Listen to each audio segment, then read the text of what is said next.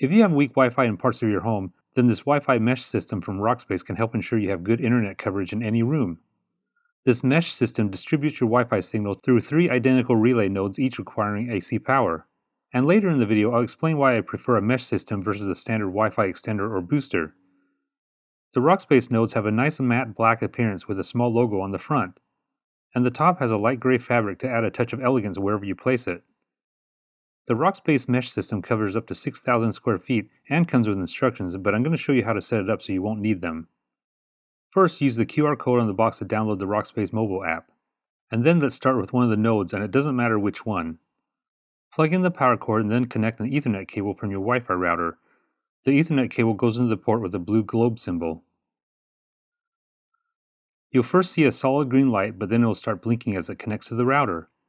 But once you see the solid green light again, move on to the next step. At this point, take note of the SSID name and password on the bottom of the unit. Now go to the Wi-Fi settings on your phone and then tap on your SSID in the list. In my case, it's Rockspace ECE8. Then enter the password also found at the bottom of the module if it asks. Now open the Rockspace app and tap on Setup. After the app detects the connection type, tap on Next. Here we're going to create a new SSID name and password. The SSID will be the name of the network you're going to see on the phone's Wi-Fi settings. I'm just going to make these changes quickly off camera.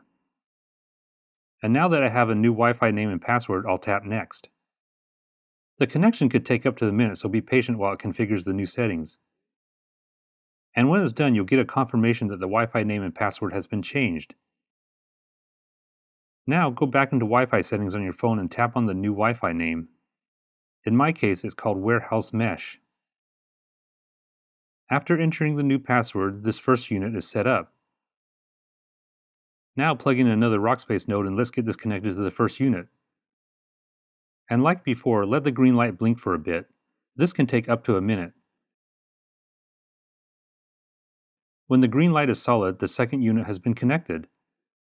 And I can see in the app telling me that additional nodes are added automatically. Definitely easy, right?